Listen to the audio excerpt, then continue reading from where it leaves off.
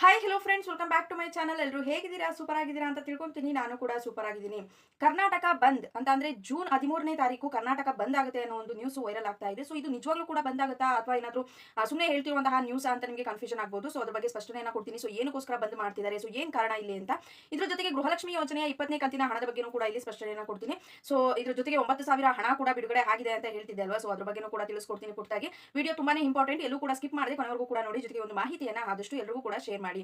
ಬನ್ನಿ friends, video start ಮಾಡೋಣ. Start ಮಾಡೋದಕ್ಕಿಂತ ಮುಂಚೆ ನೀವೇನಾದರೂ ಹೊಸದಾಗಿ ನಮ್ಮ ಚಾನಲ್ ಅನ್ನು ನೋಡ್ತಾ ಇದ್ರೆ ಸೊ ಪ್ಲೀಸ್ ಬೇಗ ಸಬ್ಸ್ಕ್ರೈಬ್ ಮಾಡ್ಕೊಳ್ಳಿ. ಒಂದು ವೇಳೆ ಏನಾದರೂ ಫೇಸ್ಬುಕ್ ಪೇಜಲ್ಲಿ ವಿಸಿಟ್ ಮಾಡ್ತಾ ಇದ್ರೆ ಸೊ ಅಲ್ಲೂ ಕೂಡ ಫಾಲೋ ಮಾಡಿ, ಲೈಕ್ ಮಾಡಿ, ಕಮೆಂಟ್ ಮಾಡಿ, ಶೇರ್ ಮಾಡಿ, ಜೊತೆಗೆ ಸಪೋರ್ಟ್ ಮಾಡಿ. ಯಾರೆಲ್ಲ ಫಾಲೋ ಸಬ್ಸ್ಕ್ರೈಬ್ ಮಾಡ್ಕೊಂಡು ಸಪೋರ್ಟ್ ಮಾಡ್ತಾ ಇದ್ದೀರಾ ಎಲ್ಲರಿಗೂ ಕೂಡ ಹೃದಯಪೂರ್ವಕ ಧನ್ಯವಾದಗಳು.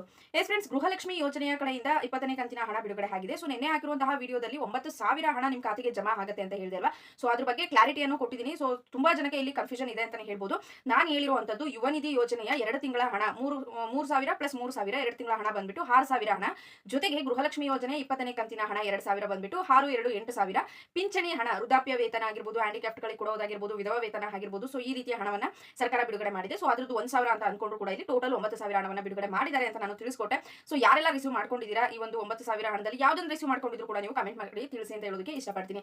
ನೆಕ್ಸ್ಟ್ 20ನೇ ಕಂತಿನ ಹಣ ಬಂದಿಲ್ಲ, ಸುಳ್ಳು ಹೇಳ್ತಾ ಇದ್ದೀರಾ ನೀವು ಅಂತ ಹೇಳ್ತಿದ್ದೀರಾ. ಸೊ ನೀವು ಒಂದು ವಿಡಿಯೋ ಹಾಕಿರ್ತೀವಿ ಅಂತ ಅಂದ್ರೆ ಸುಳ್ಳು ಮಾಹಿತಿನ ಪದೇ ಪದೇ ಹೇಳೋದಕ್ಕೆ ಯಾರಿಗೂ ಕೂಡ ತಲೆ ಕೆಟ್ಟಿರೋದಿಲ್ಲ ಅಲ್ವಾ. ಸೊ ಹಣ ಬಿಡುಗಡೆ ಆಗಿದೆ, ನನ್ನ ಖಾತೆಗೂ ಕೂಡ ಬಂದಿದೆ, ಹಲವಾರು ಫಲಾನುಭವಿಗಳು ನಮಗೆ ಬಂತು ಥ್ಯಾಂಕ್ ಯು ಅಂತ ಹೇಳ್ತಾ ಇದ್ದಾರೆ. ಒಂದು ವಿಡಿಯೋದಲ್ಲಿ ಕಮೆಂಟ್ ಸೆಕ್ಷನ್ ಅನ್ನ ಚೆಕ್ ಮಾಡಿದ್ರೆ ನಿಮ್ಗೆ ಗೊತ್ತಾಗುತ್ತೆ ಕನ್ಫರ್ಮಾ ಅಥವಾ ಸುಳ್ಳು ಹೇಳ್ತಾ ಇದ್ದಾರಾ ಏನು ಎತ್ತಾ ಅಂತ. ಸೊ ಸುಮ್ಮನೆ ಯಾಕೆ ಕೆಲವೊಬ್ರು ಮಾಡ್ತಾರೆ ಈ ರೀತಿ ಮೆಸೇಜ್ಗಳನ್ನ. ಸೊ ಸುಳ್ಳು ಹೇಳ್ತಾ ಇದ್ದೀರಾ, ನಮಗೆ ಖಾತೆಗೆ ಹಣ ನಿಮ್ಮ ಖಾತೆಗೆ ಹಣ ಬಂದಿಲ್ಲ ಅಂತ ಅಂದ್ರೆ ಹಣ ಬಿಡುಗಡೆ ಆಗಿರೋದೇ ಸುಳ್ಳು ಅಂತ ನೀವು ಹೆಂಗೆ ಡಿಸೈಡ್ ಮಾಡ್ತೀರಾ ಅಲ್ವಾ. ಸೊ ಹಾಗಾಗಿ ಬರುತ್ತೆ, ನೀವು ಕೂಡ ವೇಟ್ ಮಾಡಿ. ಯಾಕೆಂತಂದ್ರೆ ಎಲ್ರಿಗೂ ಒಂದೇ ಸಲ ಹಾಕೋದಕ್ಕೆ ಆಗ್ಬಿಡುತ್ತಾ. ಸೊ ಹಾಗಾಗಿ ಹೇಳ್ತಿರುವಂತದ್ದು. ಇವಾಗ ಫಾರ್ ಎಕ್ಸಾಂಪಲ್ ಕೊಡಬೇಕು ಅಂತ ಅಂದ್ರೆ ಯಾವ್ದಾದ್ರು ಫಂಕ್ಷನ್ಗೆ ಹೋಗಿರ್ತೀರಾ, ಜನ ಜಾಸ್ತಿ ಇರ್ತಾರೆ. ಸೊ ನೀವು ಒಂದೇ ಸಲ ಅವ್ರ ಮೇಲೆ ಬಿದ್ಬಿಟ್ಟು ಏನು ಊಟ ಕೂತ್ಕೊಳ್ತೀರಾ ಇಲ್ಲ ತಾನೆ. ಸೊ ಅವ್ರದ್ದು ಊಟ ಆದ ತಕ್ಷಣನೇ ನೀವು ಕ್ಯೂ ಅಲ್ಲಿ ನಿಂತ್ಕೊಂಡು ಊಟ ಮಾಡ್ತೀರಲ್ವಾ. ಸೊ ಇದು ಕೂಡ ಅದೇ ರೀತಿನೇ ಒಬ್ರದ್ದು ಒಂದು ಹಂತದಲ್ಲಿ ಮುಗಿತಾ ಇದೆ ಅಂತಂದ್ರೆ ನಿಮಗೆ 2ನೇ ಹಂತದಲ್ಲೋ ಅಥವಾ 3ನೇ ಹಂತದಲ್ಲೋ ಬಂದು ನಿಮ್ಮ ಖಾತೆಗಳಿಗೆ ಜಮಾ ಆಗುತ್ತೆ. ಸ್ವಲ್ಪ ವೇಟ್ ಮಾಡಿ ಅಂತ ಹೇಳೋದಕ್ಕೆ ಇಷ್ಟಪಡ್ತೀನಿ. ನೆಕ್ಸ್ಟ್ ಇಲ್ಲಿ ಕರ್ನಾಟಕ ಬಂದ್ ಅನ್ನುವಂತಹ ನ್ಯೂಸ್ ಹರಿದಾಡ್ತಾ ಇದೆ ಅಂತಾನೆ ಹೇಳ್ಬೋದು. ಅದು ಜೂನ್ 13ನೇ ತಾರೀಕು ಸೊ ಕರ್ನಾಟಕ ಬಂದ್ ಮಾಡ್ತಾರೆ ಅಂತ ಇಲ್ಲಿ ಹೇಳ್ತಾ ಇದ್ದಾರೆ. ಸೊ ಏನಕ್ಕೆ ಈ ಒಂದು ಬಂದ್ ಮಾಡ್ತೀವಿ ಅಂತ ಹೇಳ್ತಿರುವಂತದ್ದು ಅಂತ ಅಂದ್ರೆ ನಿಮ್ಗೆ ಎಲ್ರಿಗೂ ಕೂಡ ಗೊತ್ತೇ ಇದೆ RCB ಏನು ವಿನ್ ಆಯ್ತು. ಸೊ ಅದರ ಒಂದು ವಿಜಯೋತ್ಸವನ ಸಂಭ್ರಮ ಮಾಡೋದಕ್ಕೆ ಏನ್ ಮಾಡಿದ್ರು, ನಮ್ಮ CM ಆಗಿರ್ಬೋದು, DCM ಆಗಿರ್ಬೋದು, ಹೋಮ್ ಮಿನಿಸ್ಟರ್ ಆಗಿರ್ಬೋದು, ಎಲ್ಲರೂ ಕೂಡ ಬೆಂಗಳೂರಲ್ಲಿ ಫಂಕ್ಷನ್ ಅನ್ನ ಇಟ್ಕೊಂಡಿದ್ರು. ಸೊ ಇದರಿಂದ 11 ಜನ ಸಾವಾಯ್ತು ಅಂತಾನೆ ಹೇಳ್ಬೋದು. ಸೊ ಇದ್ರ ವಿರುದ್ಧವಾಗಿ ವಿಪಕ್ಷ ನಾಯಕರಾಗಿರುವಂತಹ ನಮ್ಮ ರಾಜ್ಯಾಧ್ಯಕ್ಷರಾಗಿರುವಂತಹ ವಿಜಯೇಂದ್ರ ಅವರು ಕೂಡ, ಜೊತೆಗೆ ಅಶೋಕ್ ಅವರು ಕೂಡ, ಸೊ ಎಲ್ಲರೂ ಕೂಡ ಸೇರ್ಕೊಂಡು ಏನ್ ಮಾಡ್ತಾ ಇದ್ದಾರೆ, ಬೆಂಗಳೂರಲ್ಲಿ ಫ್ರೀಡಂ ಪಾರ್ಕ್ ಅಲ್ಲಿ ಒಂದು ಪ್ರತಿಭಟನೆಯನ್ನ ಮಾಡೋದಕ್ಕೆ ಇಲ್ಲಿ ಸಜ್ಜಾಗಿದ್ದಾರೆ ಅಂತಾನೆ ಹೇಳ್ಬೋದು.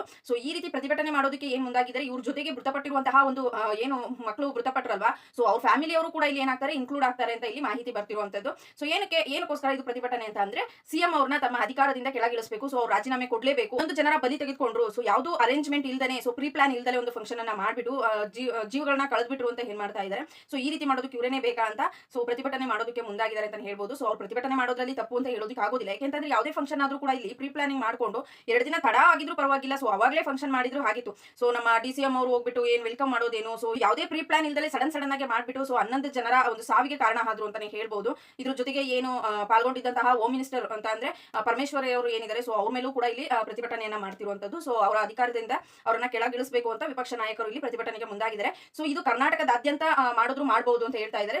ಶುಕ್ರವಾರ ಏನು 13ನೇ ತಾರೀಕಿದೆ ಅಲ್ವಾ, ಸೊ ಅವತ್ತು ಕರ್ನಾಟಕದಾದ್ಯಂತ ಕೂಡ ಪ್ರತಿಭಟನೆ ಮಾಡ್ತೀವಿ ಅಂತ ಹೇಳ್ತಾ ಇದ್ದಾರೆ. ಸೊ ಅವಾಗ ಏನಾದ್ರು ಶಾಲೆ ಕಾಲೇಜುಗಳಿಗೆ ರಜಾ ಇರುತ್ತಾ, ಸೊ ಏನು ಯಾವ ರೀತಿ ಇರುತ್ತೆ ಅಂತ ನಿಮಗೆ ನೆಕ್ಸ್ಟ್ ಅಪ್ಡೇಟ್ ಏನಾದ್ರು ಬಂದ್ರೆ ತಿಳಿಸ್ಕೊಡ್ತೀನಿ. ಯಾರು ಕೂಡ ಅವರೇ ಮಾಡ್ಕೊಳ್ಳೋದಕ್ಕೆ ಹೋಗಬೇಡಿ. ಸೊ ಸದ್ಯಕ್ಕೆ ಪ್ರತಿಭಟನೆ ಮಾಡೋದಂತೂ ಖಚಿತ. ಬಟ್ ಏನಂದ್ರೆ ಕರ್ನಾಟಕದಾದ್ಯಂತ ಅಂತಂದ್ರೆ ಕನ್ಫರ್ಮ್ ಆಗಿ ಎಲ್ಲರಿಗೂ ಕೂಡ ಗೊತ್ತೇ ಇರುತ್ತೆ, ಶಾಲೆ ಕಾಲೇಜು ರಜೆ ಘೋಷಣೆ ಮಾಡ್ತಾರೆ. ಸೊ ನ್ಯೂಸ್ ಅನ್ನ ನೋಡ್ತಿದ್ರೆ ನಿಮಗೂ ಕೂಡ ಗೊತ್ತಾಗುತ್ತೆ. ಸೊ ಒಂದ್ ವೇಳೆ ಏನಾದ್ರು ಬೆಂಗಳೂರಲ್ಲಿ ಮಾತ್ರ ಪ್ರತಿಭಟನೆ ಆದ್ರೆ ಸೊ ಆ ರೀತಿ ರಜೆ ಏನು ಇರೋದಿಲ್ಲ. ಸೊ ಹಾಗಾಗಿ ಏನಾದ್ರು ಅಪ್ಡೇಟ್ ಬಂದ್ರೆ ನಿಮಗೆ ತಿಳಿಸ್ಕೊಡ್ತೀನಿ. ಸೊ ಈ ಒಂದು ವಿಡಿಯೋ ಇಷ್ಟ ಆಗಿದೆ ಅಂತ ತಿಳ್ಕೊಂಡು, ಇಷ್ಟ ಆಗಿದ್ರೆ ಲೈಕ್ ಮಾಡಿ, ಕಮೆಂಟ್ ಮಾಡಿ, ಶೇರ್ ಮಾಡಿ. ಯಾರೆಲ್ಲ ಕೂಡ ಫಾಲೋ ಸಬ್ಸ್ಕ್ರೈಬ್ ಮಾಡ್ಕೊಂಡಿಲ್ಲ ಸೊ ಪ್ಲೀಸ್ ಬೇಗ ಮಾಡ್ಕೊಳ್ಳಿ. Thank you friends, by.